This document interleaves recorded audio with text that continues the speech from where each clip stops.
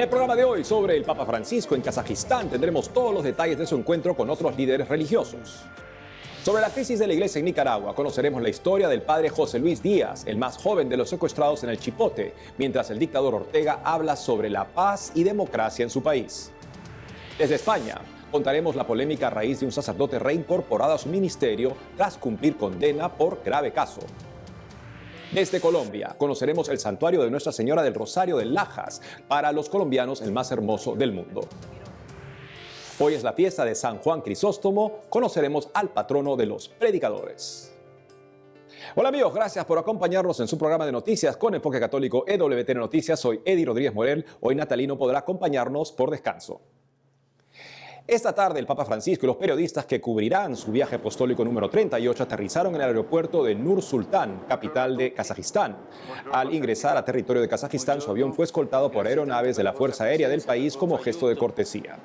Al Congreso de Líderes de Religiones Mundiales y Tradicionales, confirmada su presencia el presidente de China, Xi Jinping. La ocasión se presenta propicia para algún encuentro bilateral entre ambos. En China los católicos sufren persecución. Precisamente durante el viaje, el periodista Luc Besmond le preguntó al Papa si se reunirá con el presidente chino. El Papa respondió: no tengo noticias sobre eso, pero estoy listo para ir a China. Más información con nuestra corresponsal Almudena Martínez Bordiú desde Roma.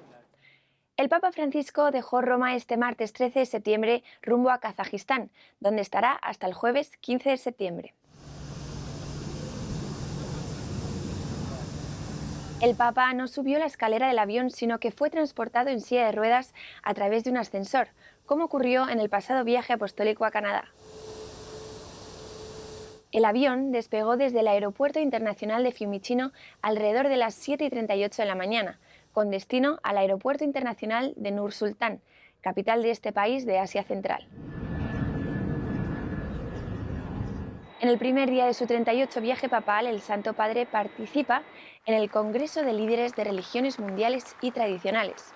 Se reúne además con los católicos de la región y también con las autoridades civiles. Kazajistán es un país de Asia Central que fue una república soviética durante 55 años. Este país, azotado por el comunismo, fue considerado ateo hasta hace apenas 20 años, cuando la mayoría de su población pasó a ser musulmana. También hay una gran mayoría que pertenece a la Iglesia rusa ortodoxa. Se trata del noveno país más grande del mundo, con apenas 19 millones de habitantes, y solo el 1% de ellos es católico. En 1991 se independizó de la Unión Soviética. La principal razón que ha llevado al Papa Francisco a emprender este viaje papal es debido a que durante estos días se celebrará en la capital de Nur Sultán el 7º Congreso de Líderes de Religiones Mundiales y Tradicionales. En un principio se esperaba que el patriarca Kirill de Moscú acudiera a esta cumbre religiosa, una oportunidad para que ambos líderes dialogaran acerca de la invasión rusa a Ucrania. Sin embargo, desde Moscú se informó el pasado 25 de agosto que el patriarca Kirill no acudirá a la cumbre y que en su lugar se enviará una delegación representativa. Lo que posiblemente se lleve a término es un encuentro entre el Papa Francisco y el presidente de China, Xi Jinping, quien coincidirá con el Santo Padre en Kazajistán.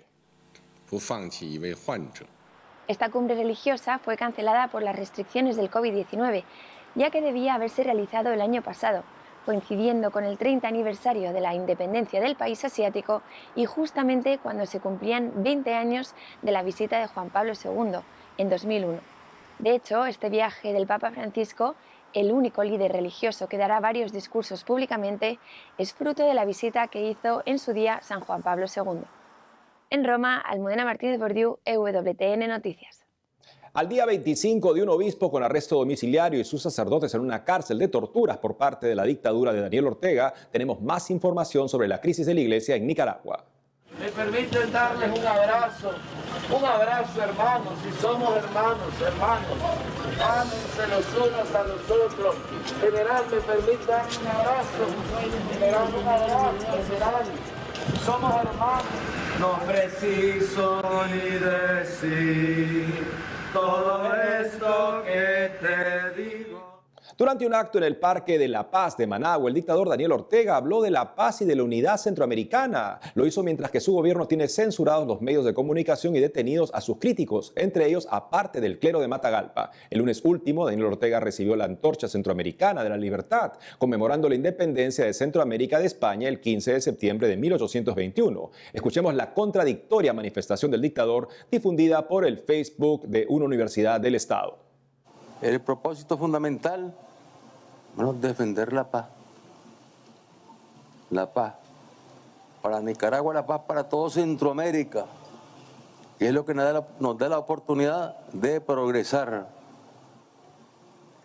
Así es que en este día en el que estamos recibiendo la antorcha de la paz, la antorcha de la libertad, decimos que vivan los pueblos centroamericanos.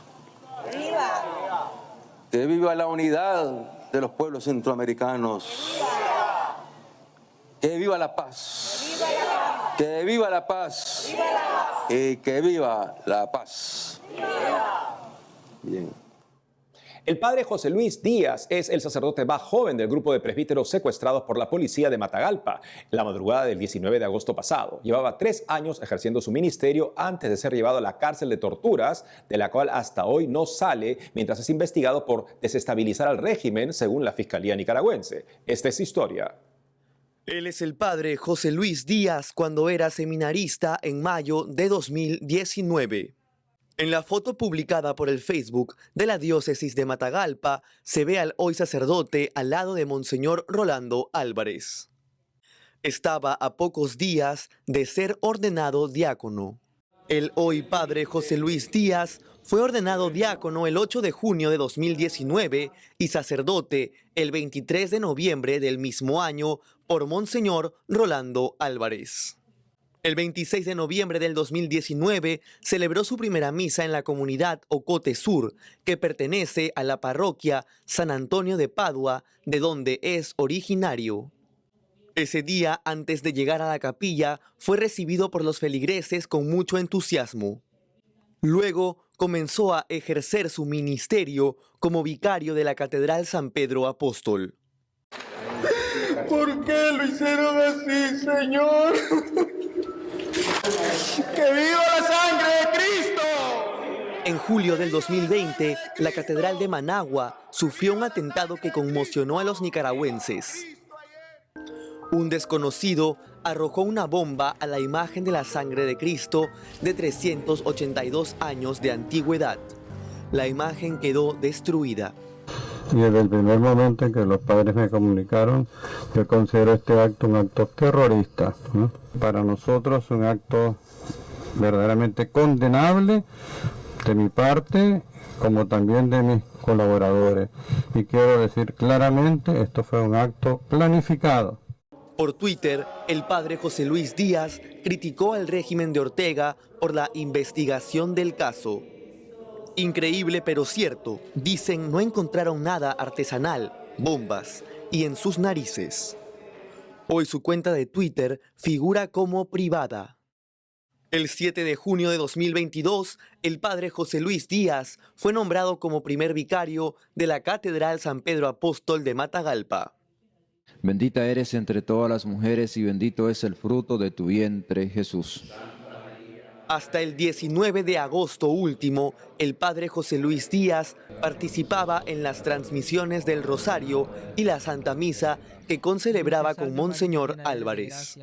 Ese día la policía irrumpió en la casa episcopal para detener a los religiosos y, en su caso, llevarlo a la cárcel de torturas de El Chipote. Bendita eres entre todas las mujeres y bendito es el fruto de tu vientre, Jesús. Me permiten darles un abrazo hermanos, si somos hermanos, ámense los unos a los otros. General, me permite darle un abrazo, general, somos hermanos. No preciso ni decir todo esto que te digo. Ahora nos vamos a España para contarles que hay una polémica por la reincorporación al ejercicio de su ministerio de un sacerdote que cumplió condena por grave caso. Sobre esto y más nos informa nuestro corresponsal Nicolás de Cárdenas. Saludos desde España. La diócesis de Coria Cáceres ha defendido la decisión de confiar el cargo de párroco a un sacerdote condenado hace 20 años por intercambio de material fotográfico de contenido sexual de menores. El obispado lo considera apto para ejercer el ministerio sacerdotal después de un proceso de rehabilitación y acompañamiento. La diócesis explica que el presbítero ha demostrado una paulatina reinserción a lo largo de los últimos años y añade que nunca se ha ocultado a la opinión pública esta información que fue difundida con amplitud por los medios. También subraya que, dado el carácter informático del delito, no hubo contacto ni comunicación con los menores por parte del presbítero.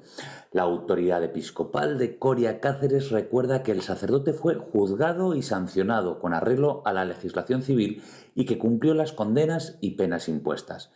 En la actualidad dispone de un certificado negativo de delitos sexuales emitido por el Ministerio de Justicia.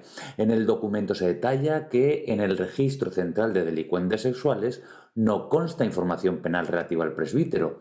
La diócesis reconoce que esta situación puede causar inquietud y perplejidad en la comunidad cristiana, razón por la que ha tomado medidas pertinentes para que todas las parroquias sean un espacio seguro para los menores. En las parroquias encomendadas a este presbítero, las responsables de la labor catequética son seglares y además la diócesis afirma que se están dando seguimiento a la situación y que se muestra abierta al diálogo con los fieles que lo deseen. La diócesis de Coria Cáceres, por último, pide perdón por las acciones criminales cometidas por el sacerdote en el pasado y se compromete a trabajar para evitar estas situaciones en el futuro.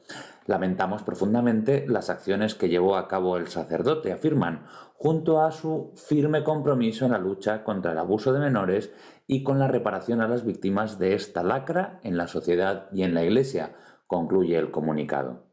En otro orden de cosas, el próximo sábado tendrá lugar en el Santuario de Torreciudad la 30ª edición de la Peregrinación Mariana de Familias. Se trata de una de las expresiones de devoción a la Virgen más concurridas cada año al inicio del curso escolar, que este año está presidida por el obispo de Vitoria, Monseñor Juan Carlos Elizalde. La peregrinación se ha celebrado casi sin interrupción desde 1989, salvo los 2 últimos años debido a la pandemia, motivo por el cual celebra en 2022 su 30ª edición. Miles de familias de forma individual u organizadas a través de parroquias o colegios llegan en autobús hasta el santuario situado en Huesca. La veneración a Nuestra Señora de los Ángeles de Torreciudad se remonta al siglo XI cuando fue entronizada su imagen. Los habitantes de la zona han peregrinado a su ermita desde entonces. El actual santuario fue impulsado por el fundador del Opus Dei, San José María Escrivá de Balaguer, quien a la edad de 2 años fue llevado por sus padres a la antigua ermita para agradecer la curación de una grave enfermedad. En una carta de 1967 el santo dejó escrito: «Un derroche de gracias espirituales espero que el Señor querrá hacer a quienes acudan a su Madre bendita ante esa pequeña imagen tan venerada desde hace siglos». Por este motivo, señalaba, me interesa que haya muchos confesionarios para que las gentes se purifiquen en el santo sacramento de la penitencia y, renovadas las almas, confirmen o renueven su vida cristiana, aprendan a santificar y amar el trabajo, llevando a sus hogares la paz y la alegría de Jesucristo. La paz os dejo, la paz os doy.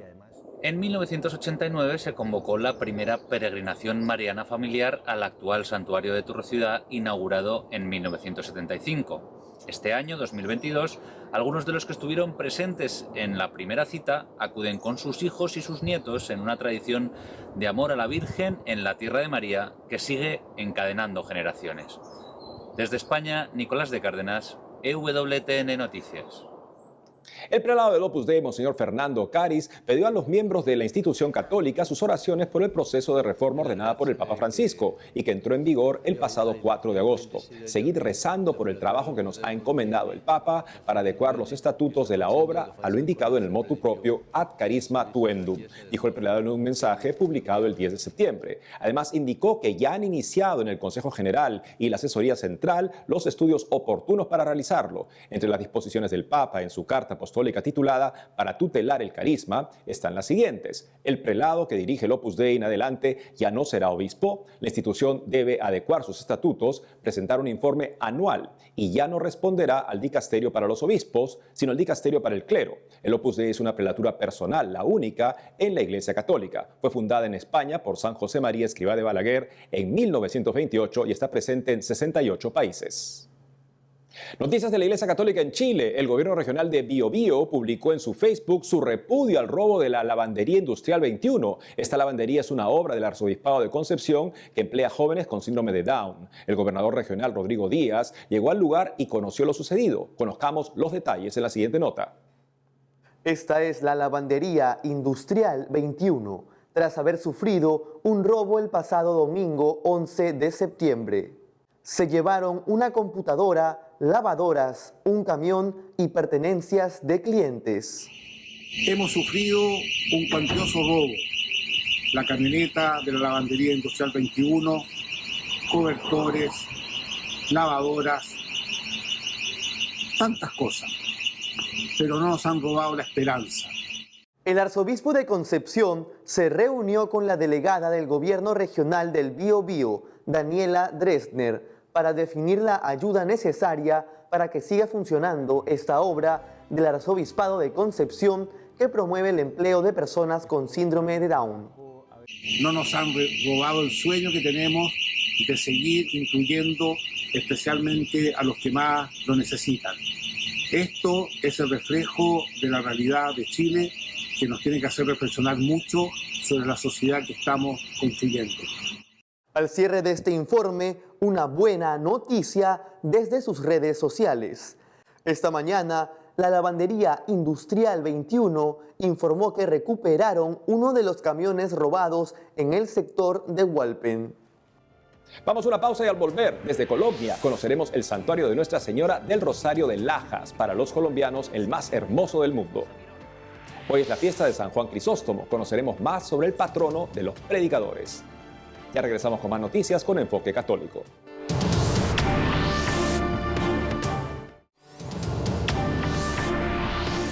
Cada 13 de septiembre, como hoy, la iglesia celebra la fiesta de San Juan Crisóstomo, famoso por sus discursos, patrono de los predicadores. El padre José Aguilar, desde su canal de YouTube, nos cuenta la vida de este padre de la iglesia para inspiración y ejemplo nuestro.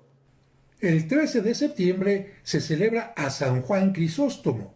Crisóstomo en griego significa boca de oro. Él nació en Antioquía, Siria, en el año 347. Fue hijo único de un gran militar y de Santa Antusa. Tenía tal capacidad para la oratoria que la gente le puso por sobrenombre Boca de Oro, Crisóstomo.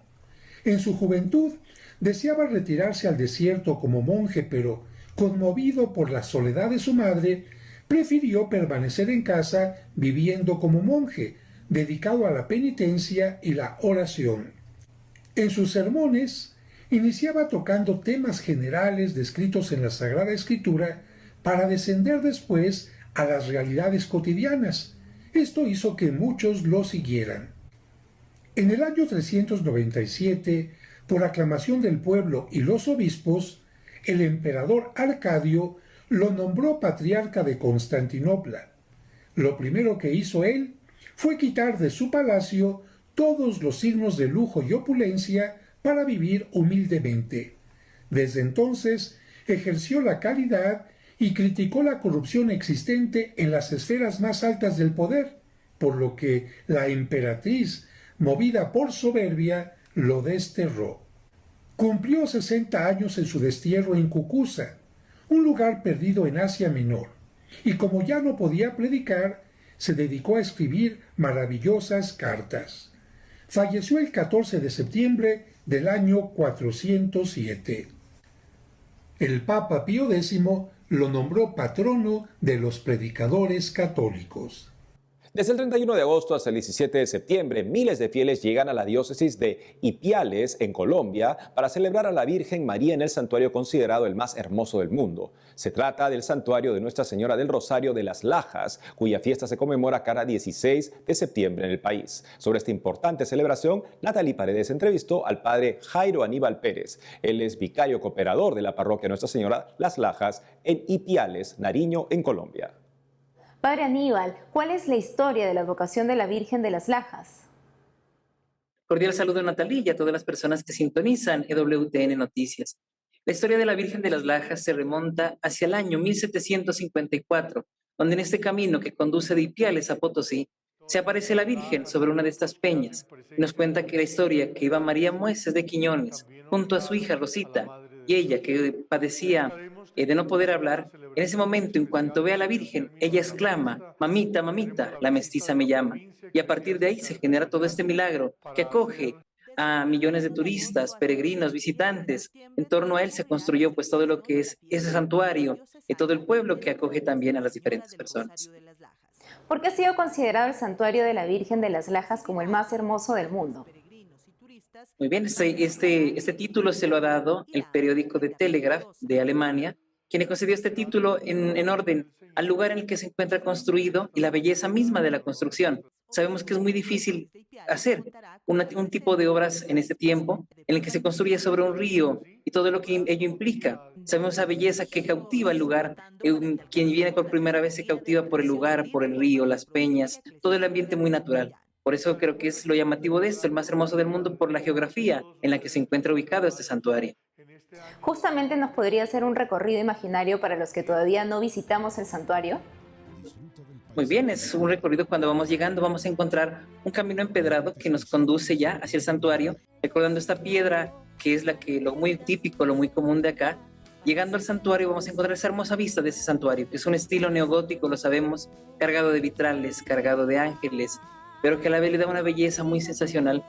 Llegamos a la plazoleta principal. En esa plazoleta encontramos el coro celestial, significando también la Virgen María, que está rodeada con los ángeles.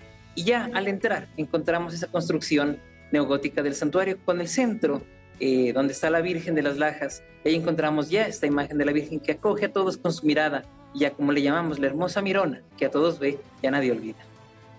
¿Cómo financian el mantenimiento? Ciertamente el santuario no recibe ayudas de parte del Estado. Es por ello que este santuario se sostiene gracias a las ayudas de todos los peregrinos y visitantes que pasan por este lugar. ¿Qué hay debajo del santuario de las Lajas, padre?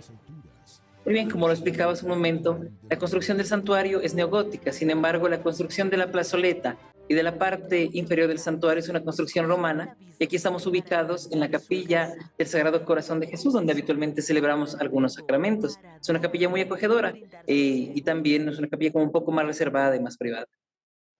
¿Cuál es el mensaje que quiere transmitir Nuestra Señora de Rosario de las Lajas al país? Bien, en este momento, en este año, hemos querido celebrar esta fiesta en torno a María de las Lajas como Reina de la Paz, invitando a que la paz en el mundo se haga posible.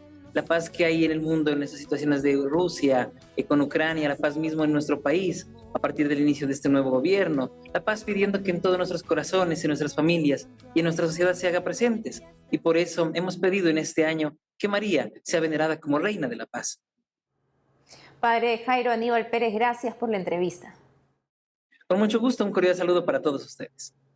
Entre otras informaciones, el Autobús de la Vida, proyecto desarrollado por el Instituto de Política Social en España para concientizar en el país sobre la dura realidad y el drama del aborto, declaró que las comunidades autónomas de la nación se están negando a darle paso a este ómnibus pro familia que realizará ecografías gratuitas frente a los abortorios españoles. En este contexto, el encargado de esta iniciativa, Pablo Hertfelder, pide donaciones para llevar la denuncia de este bloqueo a los tribunales y enfrentar lo que conlleva esta batalla a nivel económico y legal. Ahora recordemos el objetivo del Autobús de la Vida. Efectivamente, el Autobús de la Vida es la respuesta de una sociedad que clama por la vida, que defiende la vida, la familia, la libertad. La libertad, desde luego, que no es, como dicen, de donde uno empieza y otro termina, ¿no? Esa no es la libertad, ¿no? La libertad de decidir sobre qué paradero debe de tener una política, ¿no? En este caso, el paradero de la política social familiar en España, ¿no? Es decir, hay que poner en prioridad, en cuestión, a la familia, ¿no? Hay que dar una prioridad fundamental a la vida, a la familia y a la maternidad. Entonces, es el momento, desde luego, de sacar este autobús, ¿no? Este autobús es una respuesta social contundente, la sociedad de una generación pro vida que quiere acabar con el aborto en el mundo, pero ahora en este caso desde España y en Europa. Atención, padres de familia. La serie animada llamada Peppa Pig, que se transmite en 180 países, presentó hace una semana en uno de sus episodios de su capítulo titulado Familias a dos madres lesbianas de la osa polar Penny, una de las amigas de Peppa. Es la primera vez en 18 años de la serie que se presenta una pareja de lesbianas, algo que correspondería a una campaña de firmas iniciada en Estados Unidos hace 2 años, en la que 24,000 personas pidieron que la serie de Peppa mostrara una familia de padres del mismo sexo. Esta situación generó fuertes críticas. La Asociación Italiana Pro Vita y Familia lanzó una campaña de firmas que en solo 2 días ya supera las 8,000 adhesiones, pidiendo a la cadena de TV Rai que no transmita este episodio de Peppa Pig. ¿Sabía usted que el nombre del equipo francés de fútbol Paris Saint-Germain, que ganó al Juventus de Italia en la fase de grupos de la Liga de Campeones inicios de mes, está relacionado con el nombre de un santo francés? Se trata de San Germán de París, nacido en el año 496. Se convirtió en obispo de París en el año 555, cargo en el que sirvió hasta su muerte en el 576. Es recordado por su gran amor a los más necesitados, por lo que se le llamó el padre de los pobres y por su papel en la pacificación de Francia. Muchos lo veneran como patrono de París. Su fiesta se celebra cada 28 de mayo. Y eso es todo por hoy, amigos. Gracias por habernos acompañado. No dejen de seguirnos en las redes sociales y, como siempre, de lunes a viernes a las 12 del mediodía, hora de Miami, por Radio Católica Mundial, en su programa Más que Noticias, con un servidor. Hasta entonces.